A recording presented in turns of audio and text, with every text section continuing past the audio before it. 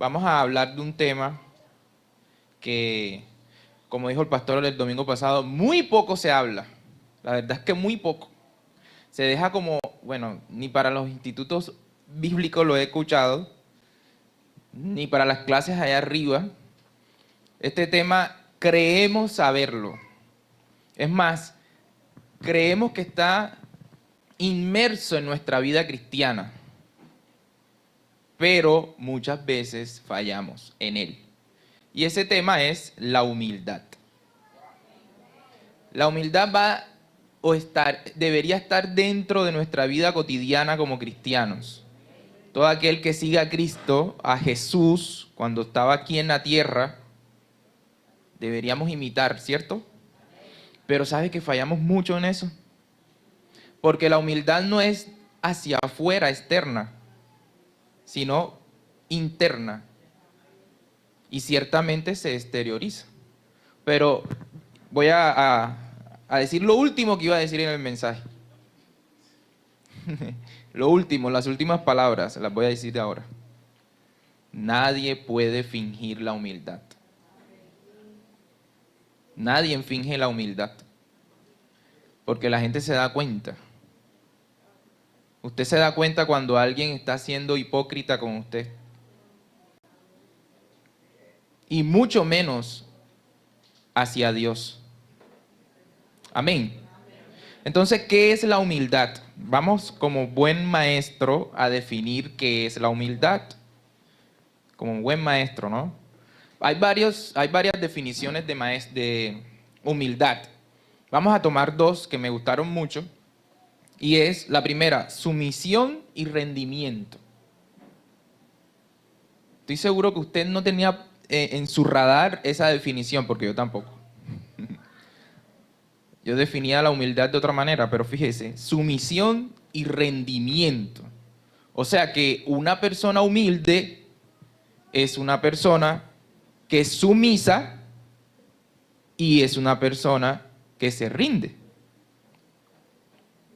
Por algo Jesús dijo, pon la otra mejilla. Qué difícil, ¿no? Todo lo que Jesús dijo, usted le hace la historia de Jesús o la vida de Jesús en la Biblia, en los evangelios, y se va a dar cuenta que todo lo que enseñaba Jesús era bien difícil. Porque era lo contrario a lo cotidiano que nosotros hacemos. Pon la mejilla, ama a tu enemigo, da una milla más. Son cosas difíciles, porque nosotros hacemos lo contrario. Y en este mundo en el cual vivimos más todavía, porque este mundo está bien difícil, bien difícil. Yo me pongo a pensar, ¿cuál es el mundo que le estamos dejando a nuestros hijos? Porque nosotros nos vamos a morir. Y si la ley natural de la vida se da, porque todo puede pasar, ¿cierto? Si la ley natural de la vida se da, quienes quedan son nuestros hijos. Y mi pregunta siempre, mi preocupación, es que ¿estarán nuestros hijos preparados para el mundo que les toca? ¿Estarán preparados? Y esto es un poquito fuera del tema, pero en el colegio yo veo muchas cosas que se dan. Todos los maestros aquí que están, seguro que lo ven conmigo. Y una de las cosas que yo decía en el colegio, en una reunión de profesores que estábamos todos y estaban hablando, no me acuerdo ahora mismo el tema, y yo decía que cuando nuestros hijos salen de la casa, usted no va con ellos. Usted no puede estar con ellos. Ahora entonces, ¿qué hacer para que ellos puedan decir que no en el momento indicado? Y es todo lo que ha predicado el pastor muchas veces, ¿no? Los valores, los principios, la palabra. Instruye al niño en tu camino, en su camino. Y cuando fuere viejo, no se apartará. Porque ni tú ni yo estamos con ellos cuando le ofrecen la droga, cuando le ofrecen el sexo ilícito o cuando le ofrecen cualquier tipo de porquería que ofrece el mundo. Ni usted ni yo estamos ahí. Solamente está Él y Dios. Entonces tendríamos que tener en ellos, enseñarles que deben mirar hacia arriba.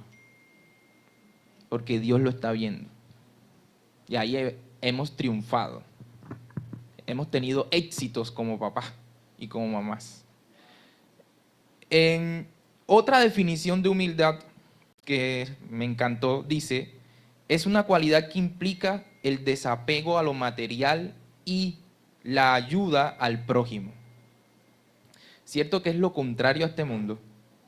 Voy a leer nuevamente. La humildad es una cualidad que implica el desapego a lo material y la ayuda al prójimo. Por esa razón, es una de las cualidades más valiosas que puede tener una persona y una virtud muy importante a la hora de vivir en sociedad. Pero es todo lo contrario a lo que se ve hoy en día, ¿o no? Hoy en día hemos sembrado en los hombres el individualismo. Es terrible eso. La gente no piensa en su prójimo. Y una de las principales doctrinas de Jesús es el prójimo. O del Evangelio es el prójimo. Por eso uno de los dos grandes mandamientos es, ¿cuál es? ¿Cómo? Repítalo fuerte. Amarás a tu prójimo como qué. Y ahí la palabra de Dios es bien clara cuando dice como a ti mismo. Como a ti mismo. Y muchas veces le hacemos al prójimo cualquier otra cosa menos lo que nos haríamos a nosotros mismos. ¿Amén o no amén? Entonces de eso vamos a hablar hoy. Vamos a hablar de la humildad. Vamos a buscar en 1 Corintios, capítulo 10, el versículo 12. Es un texto corto. 1 Corintios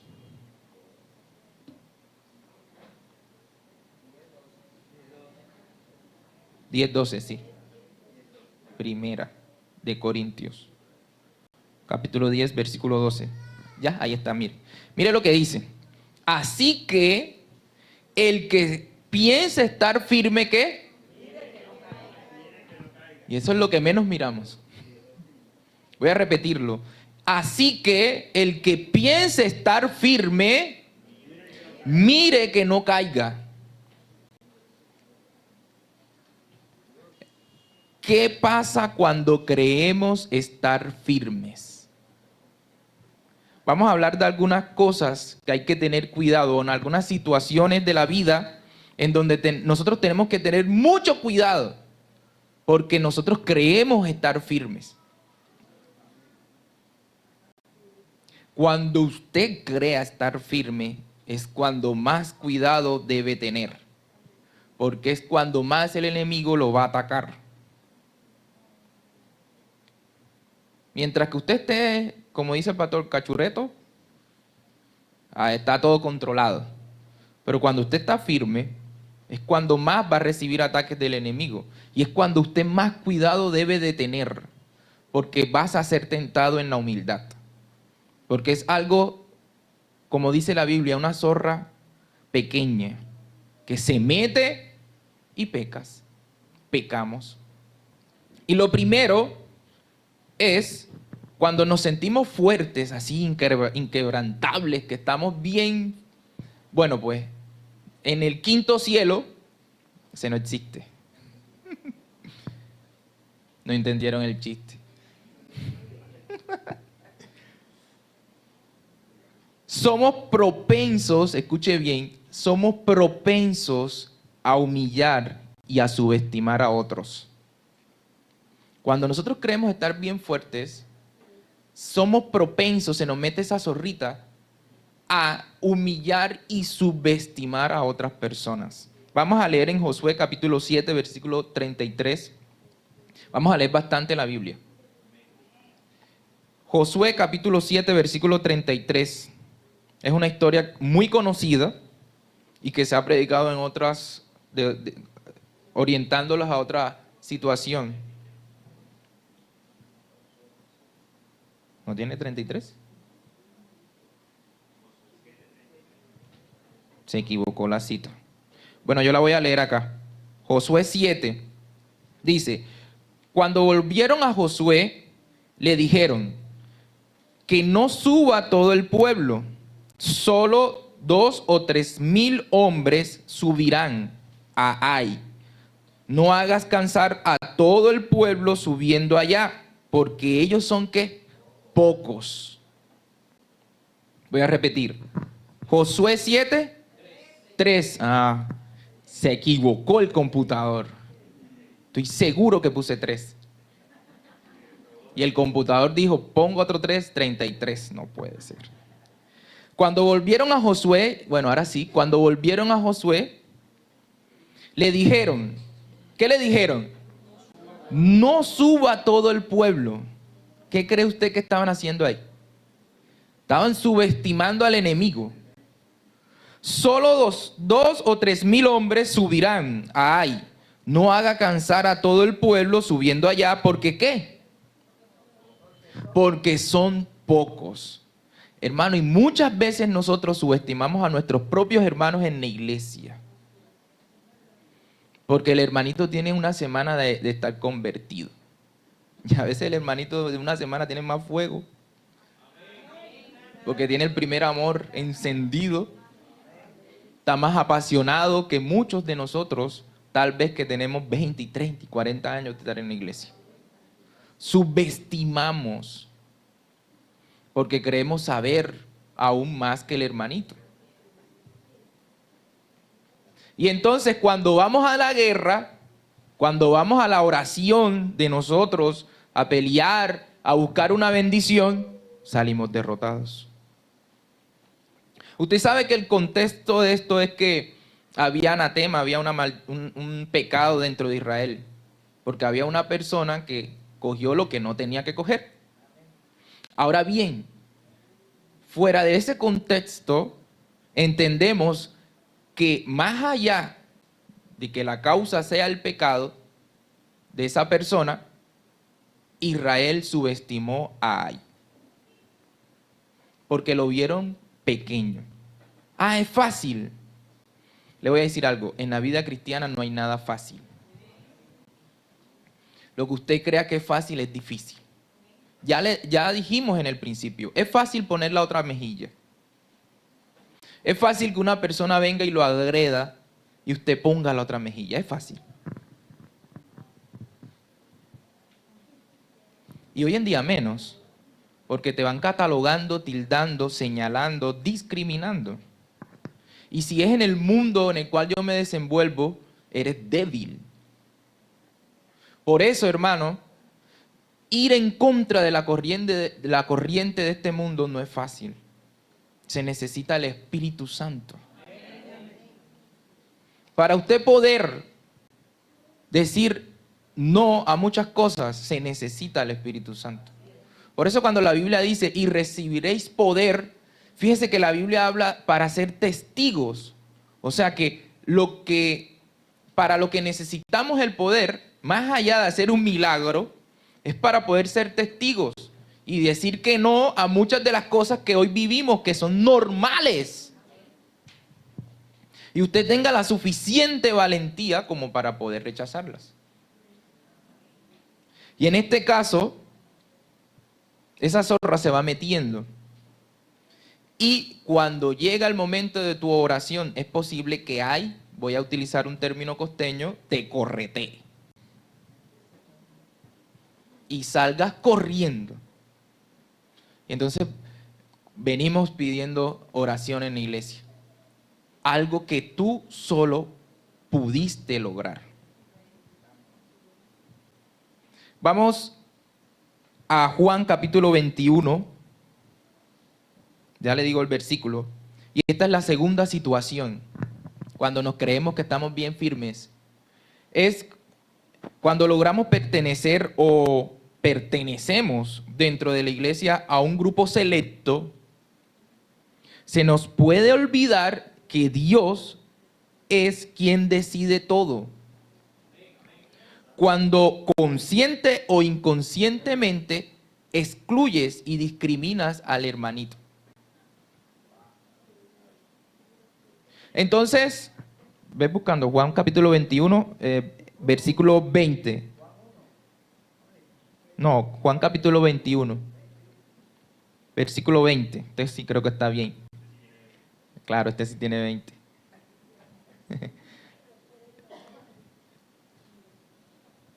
Hermano, hay mucha gente que a veces, el pastor es un ser humano, ¿cierto? Y él a veces no, estoy seguro que él ora para tomar decisiones. Y es posible que Dios revele, pero también es posible que muchas veces él vea tus capacidades como buen padre y diga, no, podemos ubicar a esta persona acá. Entonces tú entraste en ese grupo selecto. Y entonces comienza lo contrario a la humildad, que es. El antónimo de la humildad es. ¿Qué es el antónimo? Clase de español. ¿Antónimo qué es? El contrario, ¿no? Entonces lo contrario a humildad es la arrogancia, el orgullo, prepotencia, soberbia. Allá, excelente, una clase de español aquí. Y cuando tú haces parte de ese grupo en la iglesia, tú, voy a poner un ejemplo. Aunque aquí en la iglesia, gracias a Dios, bueno, por lo que uno ve materialmente con nuestros ojos, pareciera que no existiera. Pero el pastor se para acá y dice, bueno, mañana tengo una reunión con los líderes de cada ministerio de la iglesia. Y tú hasta miras al de al lado. Soy yo. Yo estoy ahí. Y aunque no te des cuenta, por eso puse acá, consciente o inconscientemente, comienzas a excluir, discriminar al hermano que tienes a tu lado porque el hermano no está en el grupo. Vamos a leer. Volviéndose Pedro, vio que le seguía el discípulo quien amaba a Jesús, el mismo que en la cena se había recostado al lado de él. Y le había dicho, Señor, ¿quién es el que te ha de entregar? Dice el versículo 21. Cuando Pedro le vio, ¿qué dijo Pedro? Dijo a Jesús, Señor, ¿y este qué? Y Jesús le respondió, porque siempre Jesús tiene unas respuestas peinadoras. Si quiero que él quede hasta que yo venga, ¿qué a ti? Sígueme tú. Entonces Pedro pretendía que Juan no entrara en el grupo selecto. Y muchas veces, mis queridos hermanos, esa zorrita se nos mete, que el pastor, guiado por el Espíritu Santo, incluye a ciertas personas en algunos grupos y tú enseguida, ¿cómo que? Es más, bueno, eso lo tengo para el otro punto, pero lo vamos a decir ahora. El hermano apenas tiene un mes, 2 meses, 3 meses, y ya el pastor lo mete en algo y tú dices, wow. Como dicen ahora los pelados, ¿y esto qué contiene? Yo me lo merecía. Y sabe una cosa, ahí pecamos. Porque cuestionamos algo que Dios le puso al pastor en su corazón. Y fíjese, el hermano da más fruto y resultado que uno. Mire que me estoy incluyendo también. Muchas veces da más resultado que uno. Y ahí es donde entra la humildad. Uno tiene que ser lo suficientemente humilde para reconocer que el hermano es posible que haga las cosas mejor que tú.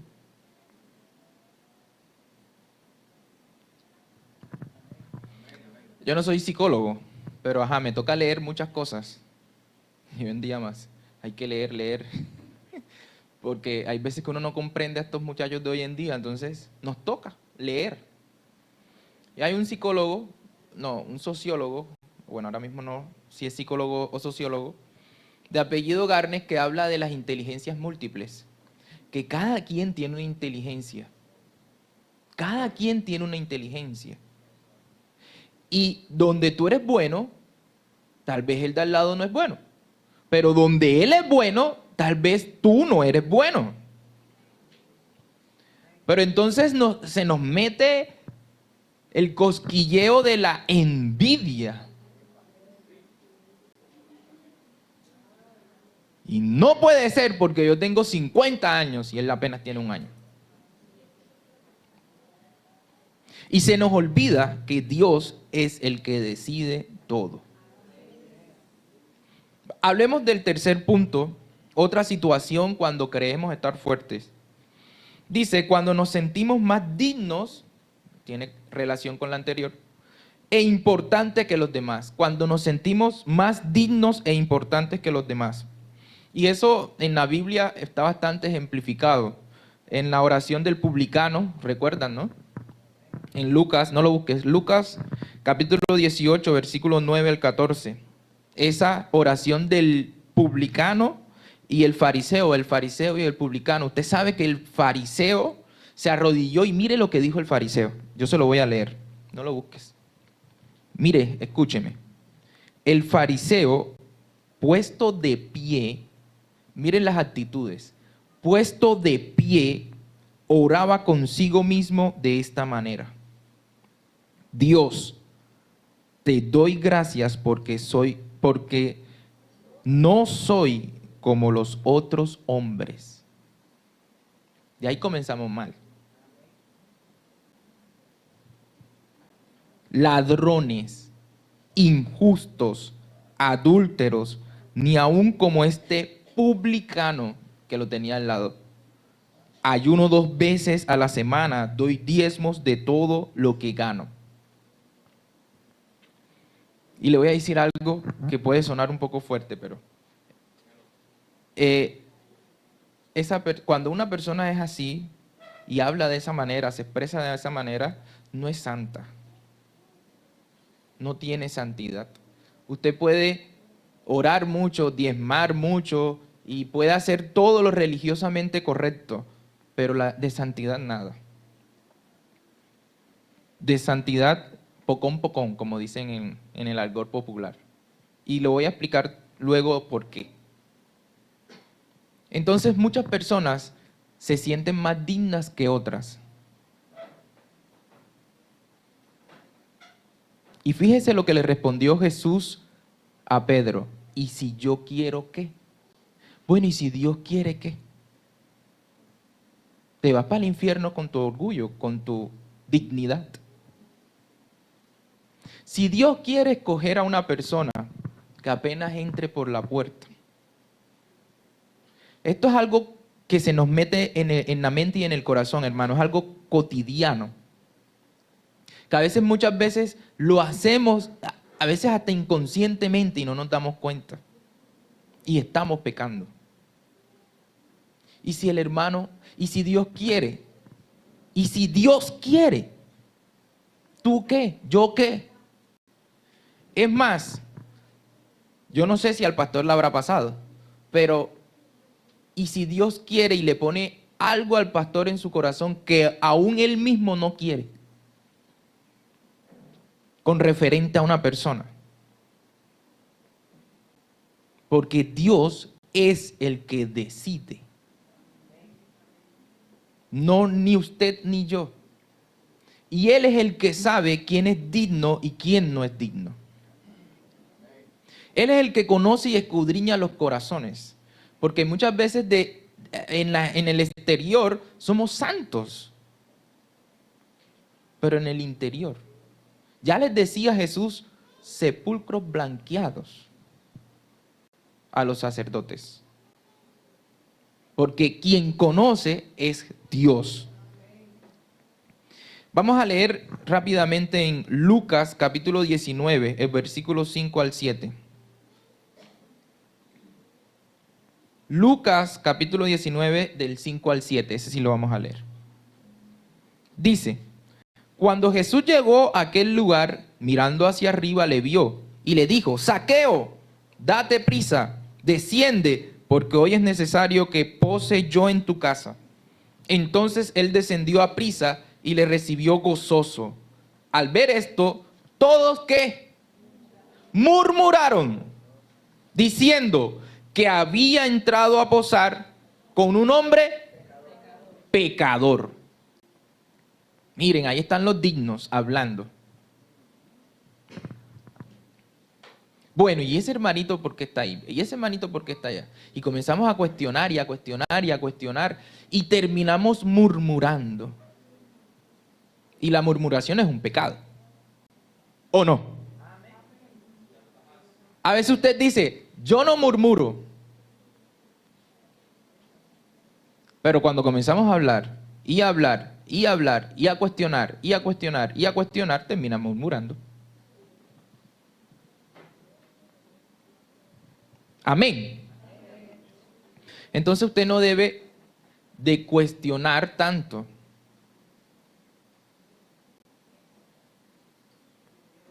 Y debe ser más como Jesús. Lo que pasa es que nos falta ser más como Jesús, que no hace acepción de personas. Es más, yo voy a ir más profundo en esto. Ya iba a pasar al otro punto, pero profundicemos un poquito más. Mire, muchas veces nosotros, hasta por la forma de vestir, discriminamos a la gente. Ya el pastor ha contado muchas veces su historia, ¿no? Que cuando se encontraba en ese coliseo y él estaba allí, claro, ahí como él mismo dice, se lo llevó el espíritu de intriga, de querer saber quién era el que le estaba tocando y ministrando, y cuando va subiendo, es todo el prototipo de persona que él menos esperaba que lo iba a ministrar. Y muchas veces nosotros hacemos exactamente lo mismo. Es más, ojalá a ninguno de nosotros nos haya pasado esto, hermano, a ninguno. Pero muchas veces hasta seleccionamos a las personas a las cuales les vamos a predicar.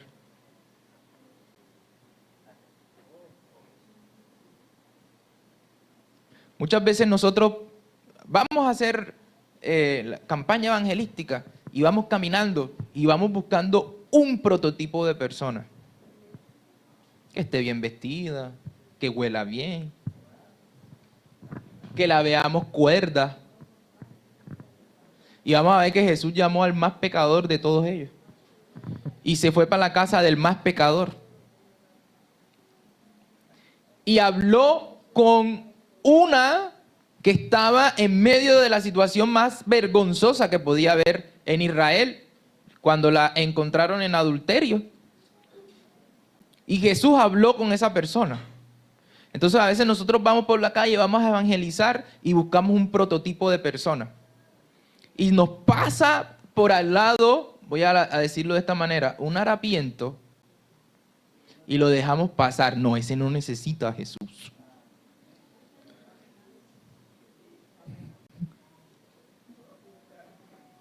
Porque nosotros decimos no. Eso es como cuando uno llega al colegio. A los profesores de primaria les pasa esto más que a nosotros. Pero uno llega al colegio y entonces yo le doy octavo, noveno, 10 y 11.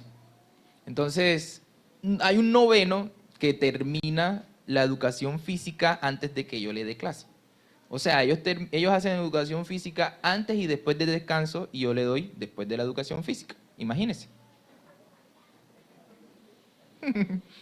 Imagínense ese salón de clase.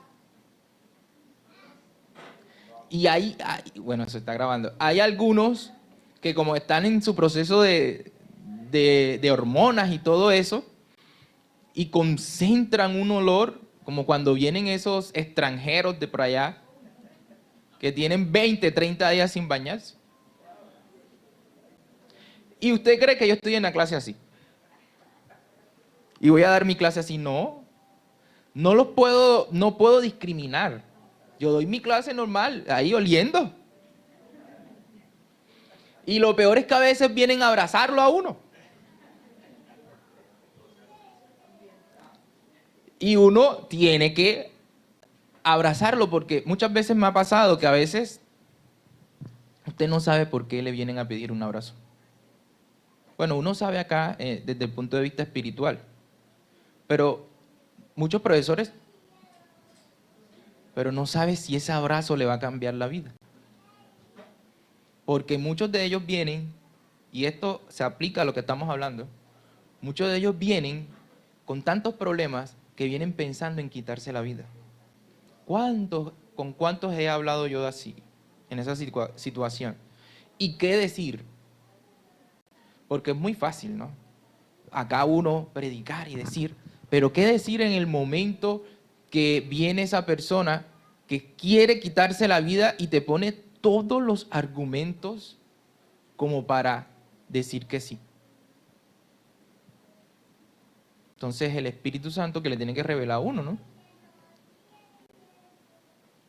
O como me pasó recientemente, se acerca a mí una estudiante, bueno, no tan reciente, se acerca a mí porque quedó embarazada y no le puede decir nada en su casa. Entonces, ¿qué? Lo rechazo. Jesús se sentó con la mujer samaritana en el pozo, la más rechazada de la ciudad. Entonces, muchas veces eso es altivez, prepotencia, nos hace, bueno, con este sí vamos a hablarle de Jesús, ese sí necesita a Jesús. Y tal vez vas y te dice, no, yo soy cristiano. Te equivocaste, ese ya tenía a Cristo en el corazón. Y el que pasó era el que necesitaba la palabra que tú ibas a decir. Para ir finalizando, vamos a ver cómo se debe de evidenciar la humildad en nosotros. Lo primero era cómo nosotros nos sentimos fuertes y podemos caer en ciertas situaciones, las cuales se vuelven pecado, por nuestra fortaleza y nos creemos que no vamos a caer nunca. Y ahora vamos a ver cómo se evidencia la humildad en nosotros o cómo se debe de evidenciar la humildad en nosotros. Y te voy a decir lo primero, que es algo, cuando yo lo estaba estudiando, me llenó mucho. Escuche, un fruto o uno de los frutos de tu santidad debe ser la humildad. En otras palabras, entre más santidad tú tengas, más humilde debes ser.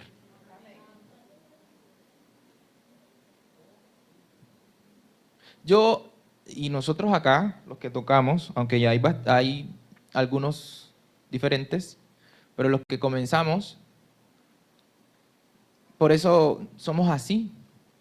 Tal vez no, usted se da cuenta que nosotros no estamos figurando. Hablo de Carlos, de Leo y de mí, en el caso de los músicos. No estamos figurando mucho, no nos gusta figurar mucho. Es más, la última experiencia que tuvimos, en cierta situación, llegamos al lugar y el otro grupo que estaba tocando, Dios mío, hermano, yo creo que Dios se mueve por su misericordia y la misericordia hacia su pueblo, no por lo que estaban tocando. Porque la altivez que se le veía a las personas. Y eso lo aprendimos de Napito y de Marcela. Ahora bien, en nuestra vida espiritual, yo creo que mayor ejemplo como el de nuestro pastor no vamos a encontrar. Como él mismo dice, él no se anda metiendo. Y así debemos ser nosotros.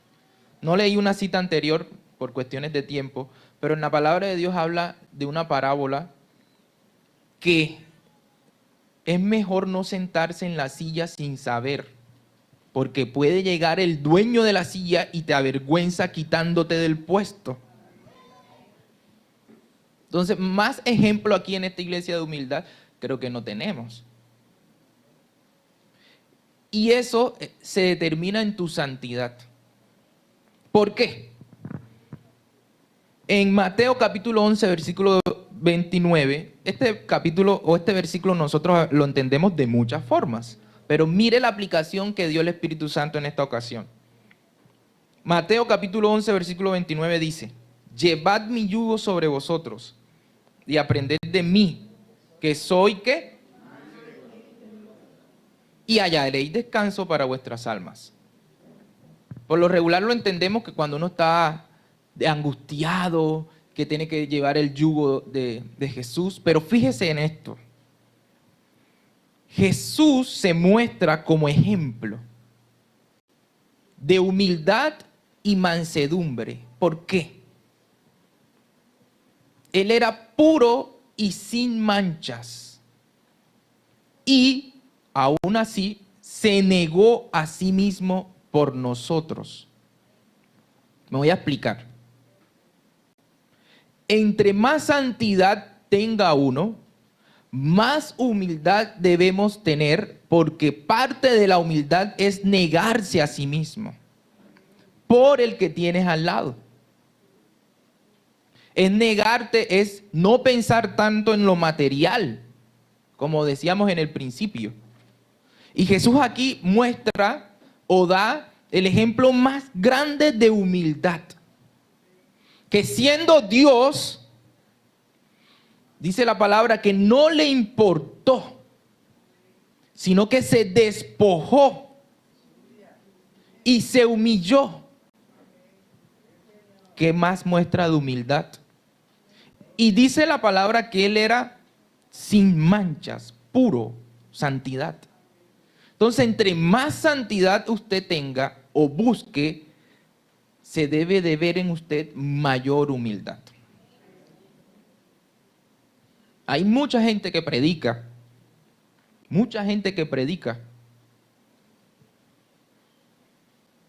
y estoy completamente seguro que al pastor le ha pasado, que es posible que invite a una persona y si no la hospedan en ciertos lugares, no viene.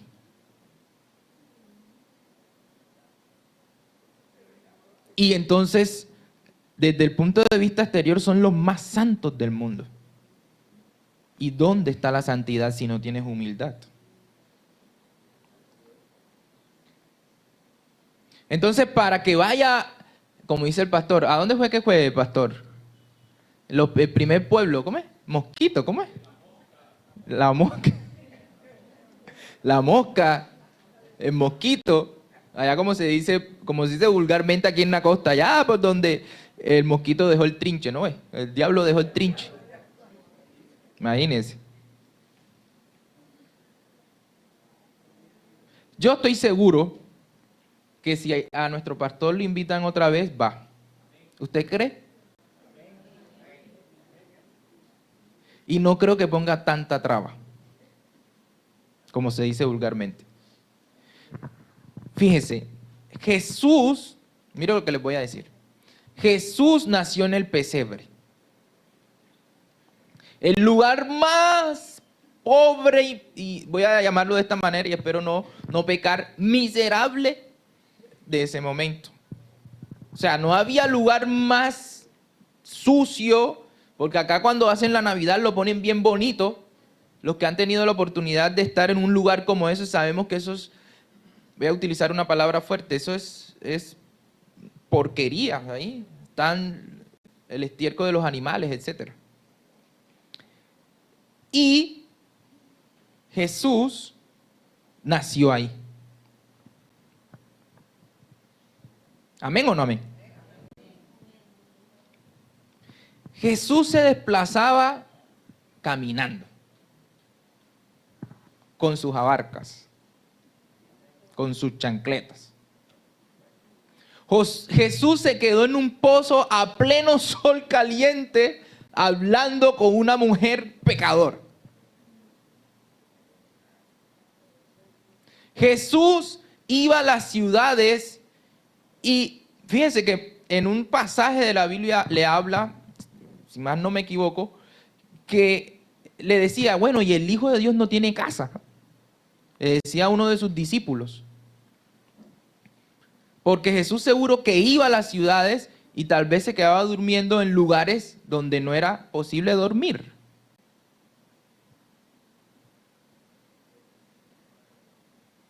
Y hoy en día, mucha gente, no solamente predicadores, sino mucha gente, pone tanta cosa para predicar la palabra de Dios. Porque realmente no tienen santidad. Y por ende no tienen humildad.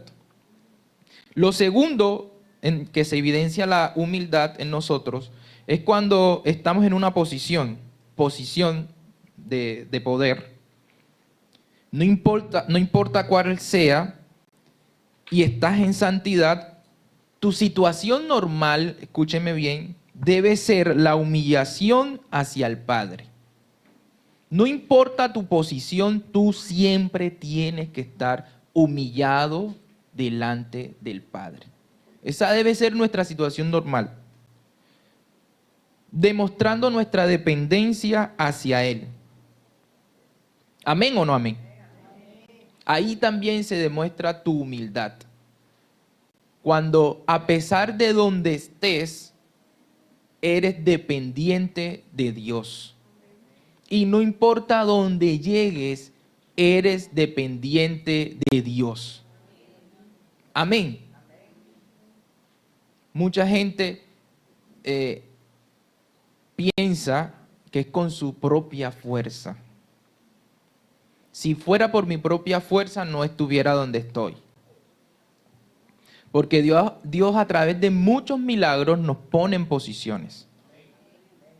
Y a veces uno se le olvida de esas cosas. Si yo no entendiera que fueron muchos milagros los que me llevaron a estar donde trabajo, dijera cada ratico que fue por mis propias fuerzas. Yo siempre digo, todos los exámenes que yo he hecho, de admisión y de todas esas cosas, si fuera por mí, hermano, yo no pasara ninguno. El examen ese para pasar con el gobierno, no me acuerdo ahora cómo es que se llama el nombre. Esos exámenes son difíciles. Difíciles, esos son como el IFE. Y yo les he contado que cuando yo me presenté hace muchos años atrás, había solamente las vacantes en Cartagena, creo que eran 3 vacantes. ¿Y cuántos creen ustedes que se presentaron? Eso es como en la Universidad de Cartagena. ¿Cuántos cree usted que se presentan? Entonces la gente va y se prepara. Usted tiene que prepararse. En el colegio, cuando estaba en el colegio privado que estaba trabajando, me decían, no, vamos a prepararnos. Y yo, sí. ¿Cuánto cuesta el curso? 1 millón de pesos. 1 millón de pesos para prepararse para el examen. Yo, bueno, bien, gracias. Yo ese 1 millón de pesos no lo voy a dar. Para que venga otro profesor a enseñarme algo que yo puedo hacer solo. O sea, prepararse, leer. Los pelados pierden las pruebas porque no leen. No van, se instruyen. En internet hay cantidad de ese tipo de exámenes. Y yo estudié. Pero yo no estudié pensando en que iba a pasar con mis posibilidades, hermano. Yo dije, esto tiene que ser un milagro de parte tuya. Y sobre todo porque nada más habían 3 vacantes. Y pasé. Y cuando me fui, y el que pagó no pasó. El que pagó no pasó y el que pagó es familiar mío. Y no pasó. Pagó su plata. Y yo no pagué 0 pesos. Y cuando voy a la audiencia en donde uno va a escoger la plaza, de 3, yo creo que este testimonio ya lo he dado, de 3 pasaron a 27 plazas. Y yo era el número 28.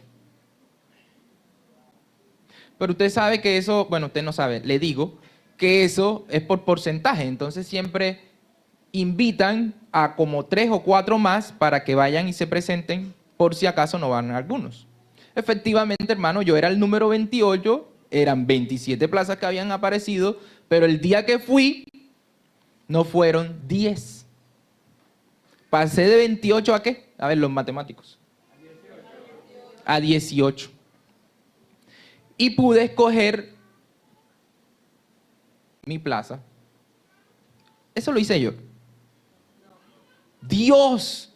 Y a veces a uno se le olvida todos esos milagros que va haciendo Dios. Y cuando estamos en el lugar, creemos que es por nuestra propia fuerza. Y es ahí el pecado. No eres humilde. No se evidencia la humildad. Reconocer siempre lo que Dios hace contigo es muestra de tu humildad. Y eso no lo vamos a leer. Segunda de Samuel, capítulo 6, el versículo 14 y 20 muestra cuando David venía con el arca y estaba danzando, y viene la esposa y le dice, qué vergüenza, el rey danzando con el pueblo. Y David le responde algo como que, me haré aún más vil por Dios. Segunda de Samuel,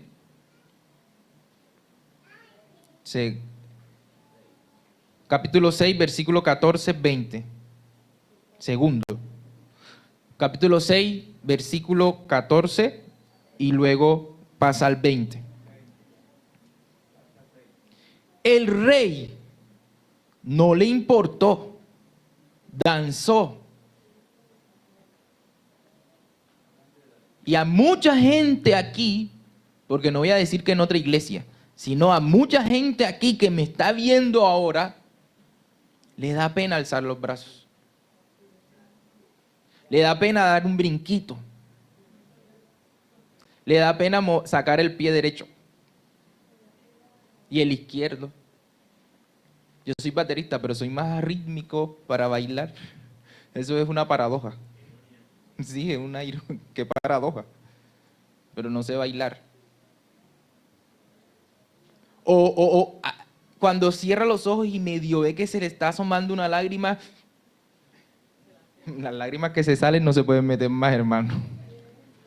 La lágrima que sale uno no la puede meter en el ojo otra vez. Porque a veces como que, uy, ¿qué van a decir? O a veces traemos a algún familiar y el Espíritu Santo quiere tomarnos y no lo dejamos para no pasar vergüenza con el familiar. Fíjese de todas esas cosas en donde se debe de evidenciar nuestra humildad. Y a nosotros no nos debe importar absolutamente nada. Por eso le decía en el principio, nosotros debemos hacer que valga la pena estar aquí un día como hoy. No le debe importar nada, hermano. Usted no le debe de importar absolutamente nada. Es más, no le debe de importar si acá arriba se equivocaron. Si yo metí un platillazo donde no era. Te siga donde está, hermano. Porque ¿sabe qué? Es una guerra. Y entonces es posible que yo tenga mi guerra allá interna y me llevó el brazo para donde no iba. Y usted se está dejando ganar la suya por estar pendiente acá. O desafinado. Porque acá arriba tenemos una guerra. Y muchas veces uno está ahí tocando, pero es posible que esté fuerte, porque hay domingos, hermano, donde se siente que está fuerte. Se siente el ambiente pesado, entonces uno comienza y se agota. Usted cree que pararse acá, simplemente hablar y ya. No, acá hay una situación espiritual que agota la parte de física del cuerpo. Y se agota y es posible que en ese agotamiento di el golpe donde no era, ¿verdad, Felipe? Y enseguida usted que está medio orando hace así.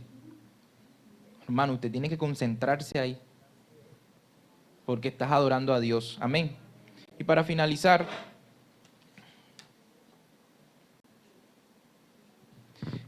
una de las cosas que más hacemos, para finalizar, una de las cosas que más hacemos, lo voy a leer.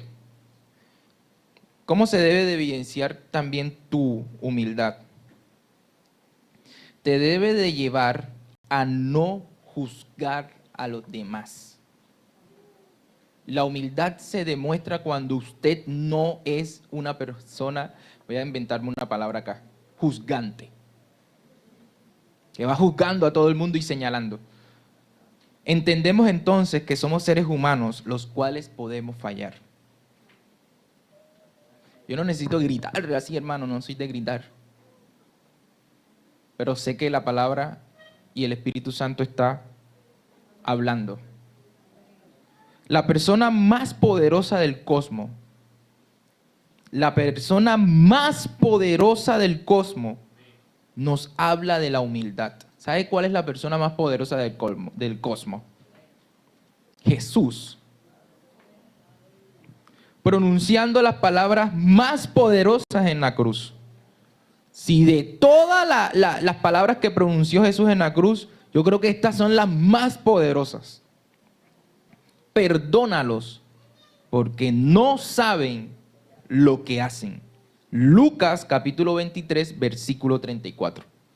Perdónalos, porque no saben lo que hacen. Y esto también lo decía en el colegio.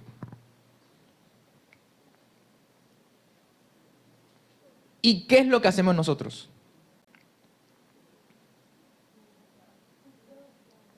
Mire, en ese momento Jesús estaba en la cruz, imagínese, y a Jesús le estaban pegando, escupiendo, rifando sus ropas, y lo estaban matando, aunque Él entregó su vida. Pero físicamente en ese momento lo estaban matando. Y las palabras de Jesús son, perdónalos, porque no saben lo que hacen. Si cualquiera ahí se hubiese arrepentido, efectivamente recibía perdón, tal cual como el ladrón que tenía al lado, que se arrepintió en el acto y en el acto recibió perdón.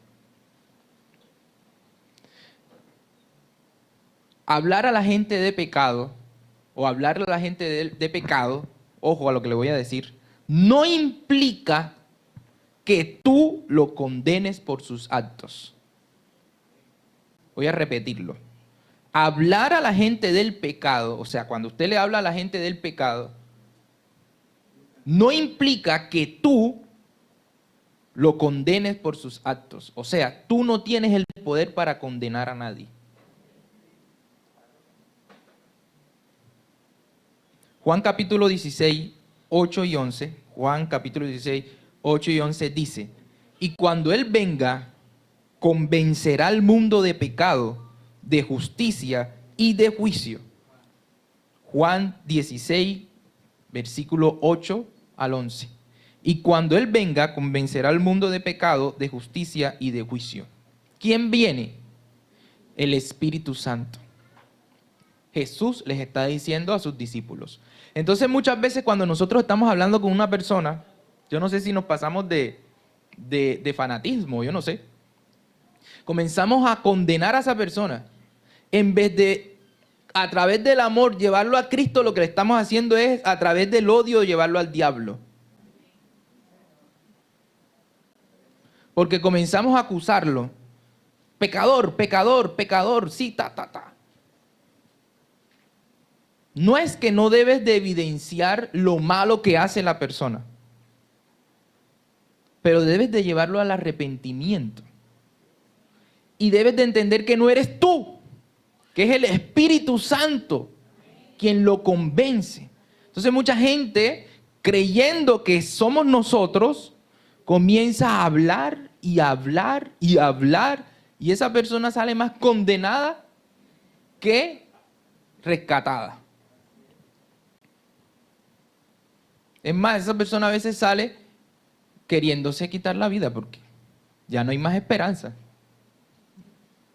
O sea, el objetivo que era brindarle la esperanza termina es desesperanzado. Imagínate con tanta cosa que me dices, que si yo, imagínese si es una persona alcohólica, pero de esas alcoholismo de verdad. No una persona que es ocasional, sino de verdad, alcohólico.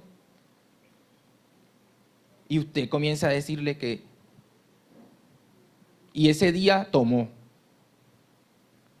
Y usted comienza a hablarle de una manera acusadora. Esa persona termina pensando en que, bueno, ya aquí no hay más nada que hacer. Imagínate, yo no puedo salir de eso. Porque esa es una enfermedad. Yo no puedo salir de eso. Y tú, como crees que eres tú, se te olvida presentarle al Espíritu Santo, que es a la final quien va a hacer la obra en esa persona. Pero por tu prepotencia, pensando que eres tú, aún en el predicar, eso es un ejemplo muy que yo he aprendido mucho de nuestro pastor. Mira lo que le voy a decir. Aún en el predicar, lo debemos hacer en humildad o con humildad. La otra persona puede ser tú. Debes hablar con amor. Y eso se siente. La gente sabe cuando una persona le habla con amor y cuando otra persona le habla por compromiso. Cuando salen aquí, vamos a evangelizar, mucha gente sale a evangelizar por compromiso. Y eso la gente lo sabe, lo siente. Sabe que no le están hablando con amor, sino acusándolo. El único que tiene el poder para acusar a alguien es Jesús. Y fíjese lo que le dice Jesús a la mujer, a María Magdalena. ¿Dónde están los que te acusan? Ni yo te acuso, teniendo él el poder para hacerlo. Y nosotros somos fáciles para señalar y juzgar. Somos unos jueces. Bueno, ya este es muy mundano, muy pecador para el infierno. Y se nos olvida que Jesús nos perdona todos los días todas las cosas que nosotros hacemos. Pero nosotros a veces decimos, no, esta persona es muy pecadora, demasiado pecadora. No merece el perdón. Wow. Dios nos libre, hermano. Dios nos libre de eso. De nosotros decir, no merece el perdón. Entonces tú tampoco lo mereces.